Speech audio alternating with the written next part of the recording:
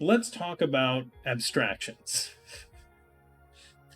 So there's a couple of things with abstractions.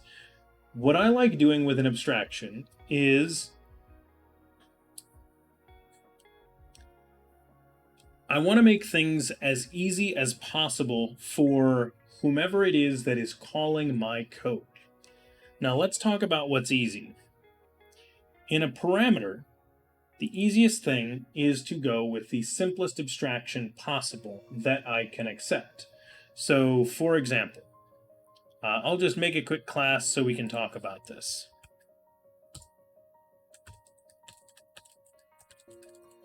So we're going to make abstraction discussion.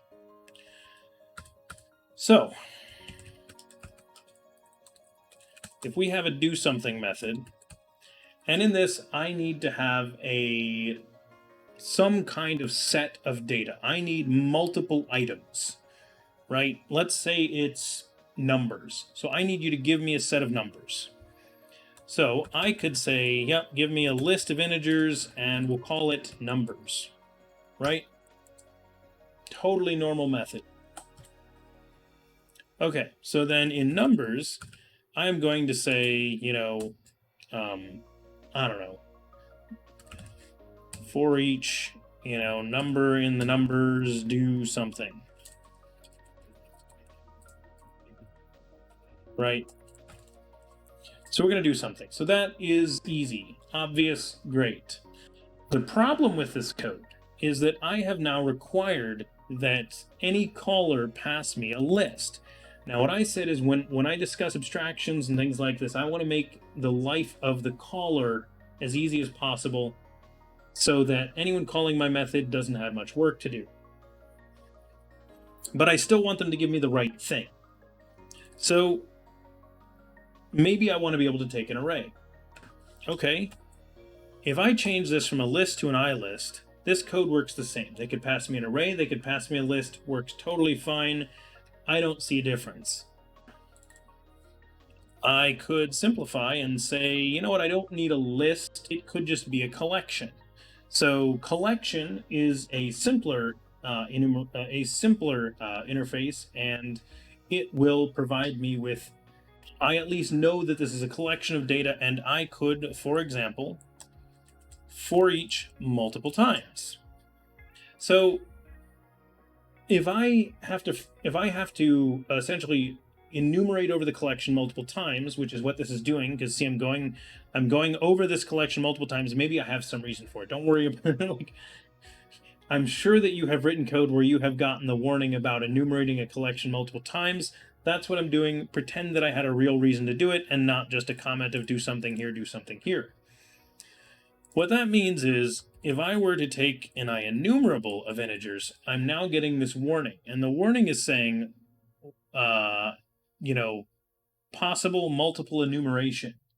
So the reason it's saying it, if the user gives me a list or an array as the type, then I enumerate the list multiple times. Enumerating a list or an array is not a big deal. You're just walking over the list twice.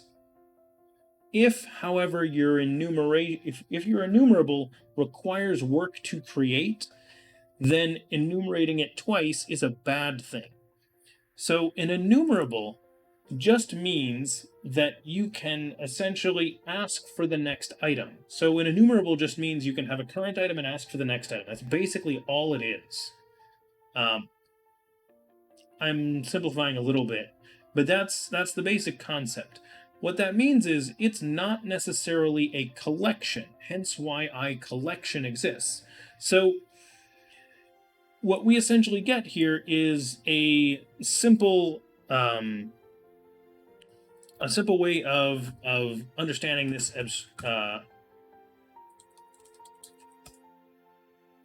We have a simple way of essentially thinking about these types. So I recommend, in this case, that we do an iCollection. They can give us almost anything. We can enumerate it. We just want to be able to walk over each item twice. Easy. If we were only walking it once, and we knew we weren't going to enumerate it twice, then I would say, you're going to accept an IEnumerable, of which a list or an array would both work. So yes, Crows, you're asking exactly the question I'm trying to get into, which is an IEnumerable just says get me the next item. So there are some IEnumerables that are created. So for example, I could do a calculation that returns back an IEnumerable of integer, and make numbers might be what it's called. And in it, I can do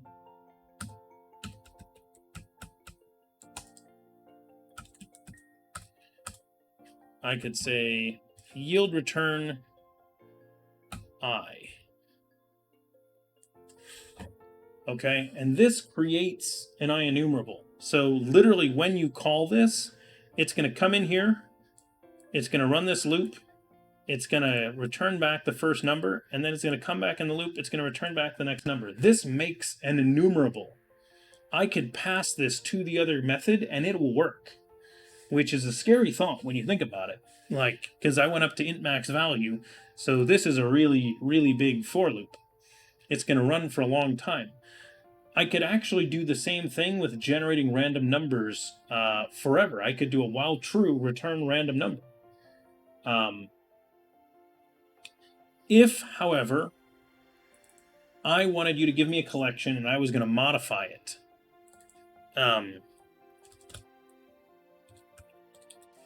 if I wanted to do change the collection, that's what my method is, then I might do something like this. Numbers.add. Oh, IEnumerable doesn't have an add. I could do ilist. And ilist, I believe, does have an add. So I'm going to add 7 onto the list. Okay? And so because I have an ilist, I'm allowed to do this. But an iCollection... Oh, iCollection has it too. But IEnumerable certainly doesn't. Because an IEnumerable doesn't even have a concept that there is really even a set. Okay, so I can add to it. Awesome. I could have done that if I had list. But the difference is when I have lists, they can't give me an array. So essentially I'm being nice to the caller and saying, I didn't really need it to be a list. I didn't really need it to be an array. Give me whatever you have and I'll work with it. Okay? So that makes it so that they don't have to do any extra effort and they can just give it to me and I'm fine. Okay, so let's talk about the reverse, because this is actually what sparked the conversation. Because pretty much everybody you talk to is going to agree on this case that, yes, you take in the iCollection because that's all you needed. So go with the simplest abstraction that handles the case that you currently need. So when all I had was the single for each loop, all I required was an IEnumerable. As soon as I was going to do more than that, I need to upgrade my interface to something that requires more. Okay, let's talk about return values. When I'm returning something, let's start with an IEnumerable. Get names.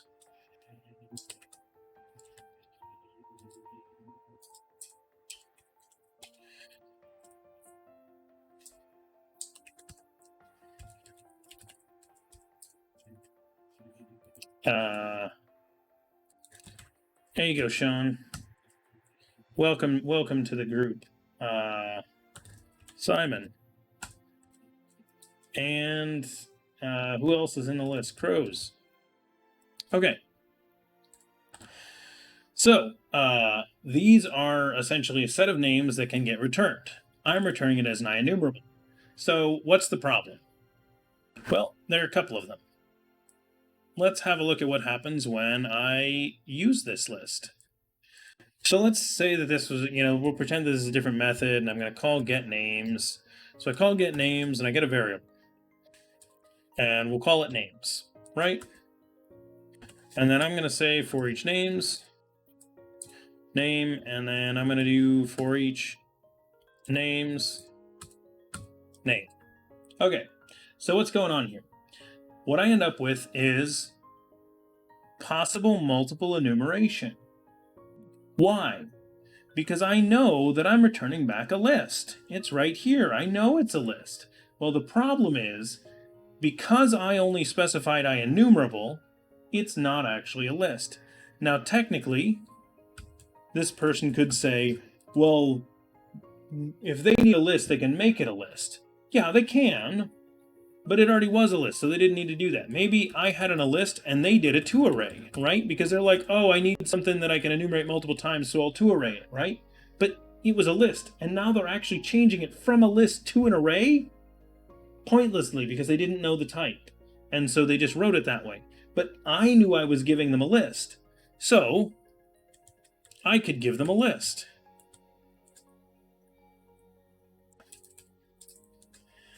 The point being, if I give them a list and I tell them it's a list, then they can do things like check the count instead of the length. They can add, they can insert, they can use the for each method that's directly on it. They can use the sorting options that are available on the list, as long as they know it's a list. The nice thing is, if you ever need to pass it to something that needs an IEnumerable of string, or an ICollection of string, or an IList of string, it'll work.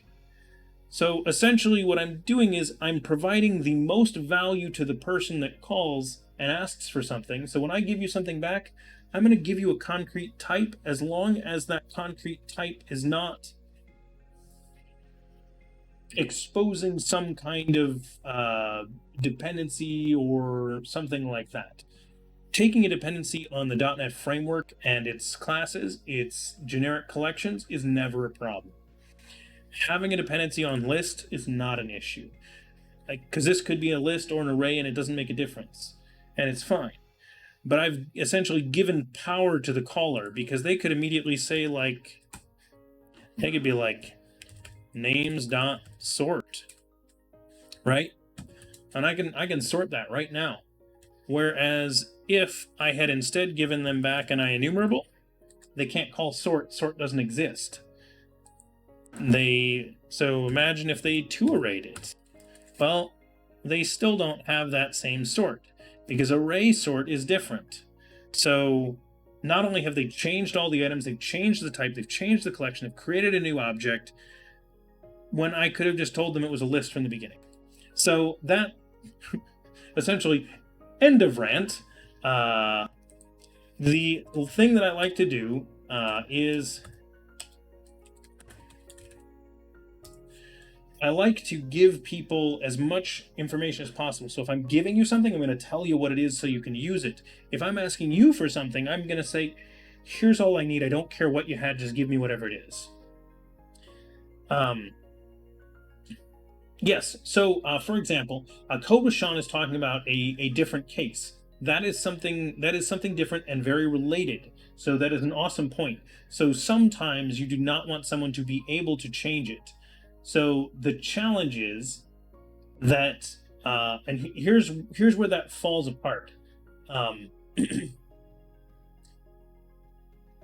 If you want to prevent someone from changing it and you give back an IEnumerable, they can just to-list and change it, which ruins the protection that you had, because they can still change it. So if you wanted to prevent that, you didn't technically prevent it. But what you can do is do like a read-only collection, for example. You could do like, this is a read-only list of string, and then if they want to, they can't modify, like it's essentially like I'm saying, no, this is a read-only collection. So you can use the items in it, but I don't want you to change the collection. Keep in mind that read-only collection does not make the items read-only, it makes the collection read-only. So that is an important distinction for everyone to note. There is, if you grab an item off the read-only collection, you can still modify that item. So there are other types as well, other than like a read-only list, but you can essentially return back a type that is not the one that they want to modify. So when I do that, Sean, if I need to have like, here's the editing one and here's the non-editing one, I usually put it somewhere else, or I make a property that gives them access to do it. So for example, if I wanted to have like get names for editing, for example, it would be like list of string, and I would do like get names for editing. right? And then these would both hit the same collection. But I would make a property like this so that I can easily check the references right here, and I can be mindful of who is using this collection to make modifications, because if I really did need to essentially bend the rules a little bit and modify a collection of another object, I want to at least be able to track where that's happening. So that's essentially the reason why I break those apart, is because I like to know, okay, I bent the rules here. Let me at least know where I bent the rules so that I can make sure that it doesn't get out of control, and I can track it down and fix the problem to try and rein it in a little bit. Okay. So I just wanted to jump into that little discussion because I do think that it's important to realize that as developers, we're all told all the time, to use the interface and the abstraction and blah blah blah, and use the simplest set. And yes, for parameters you're receiving, I agree. For the ones you're giving out, it depends, and you should think about it. So, but generally, when providing stuff, I like to provide the most useful thing that I can for just a caller that's going to need data. If I'm doing like if I'm building an aggregate of some kind that is going to expose some data, yes, read-only collections, read-only lists are a great way of making sure that the other things are not modifying it. That being said, that is a lot nicer to give them than, say, an IEnumerable. And part of the reason is that if my IEnumerable was really just a wrapper around an actual collection, so say a list, then the caller could technically just cast that as a list and use it. And it probably works, and they can probably edit it. So you didn't really save yourself if they did that. Yep, no problem. Glad you liked it, Code Vishon. I love getting into explanations of things. It is DevChatter, and for a reason. We're going to be talking here. People are often like, wow, you didn't get much stuff done on that one. I'm like, yeah, I went on a rant in that episode, and we talked about stuff. It was fun. We had a good discussion about coding, and some interesting topics. It's like, which means we didn't write the code, which is fine. We're here to write code and talk about code. I like code. I hope you do too. Okay, so here's what I'm thinking. I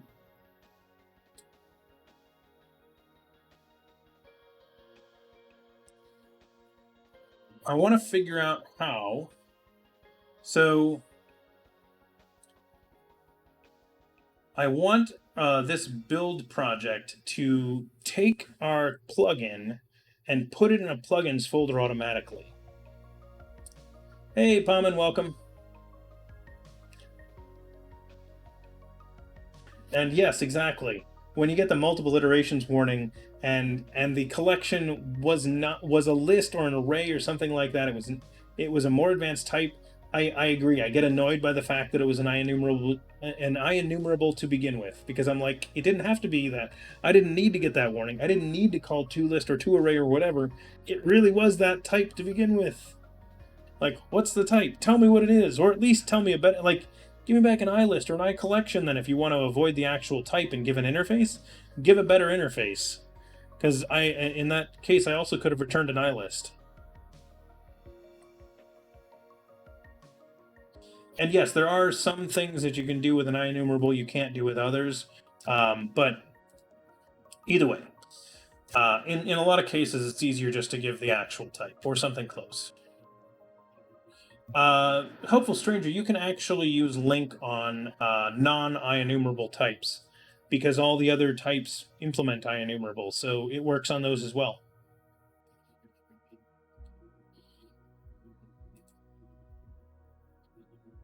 So essentially, you can use all the link expressions on. You can use all of them on the iList or the iCollection or the iRead-only collection. Link still works on all those. It tends to return back only an IEnumerable because it's going to do the operation. So when you do a bunch of link, at the end, as long as you resolve the type into a list or an array or something like that, you won't enumerate it twice. So those link statements will run multiple times if you save the variable still as the IEnumerable. Oh yeah. So the reason why link does it that way is that it doesn't have to resolve it until the end, because essentially it tweaks how it chains things. So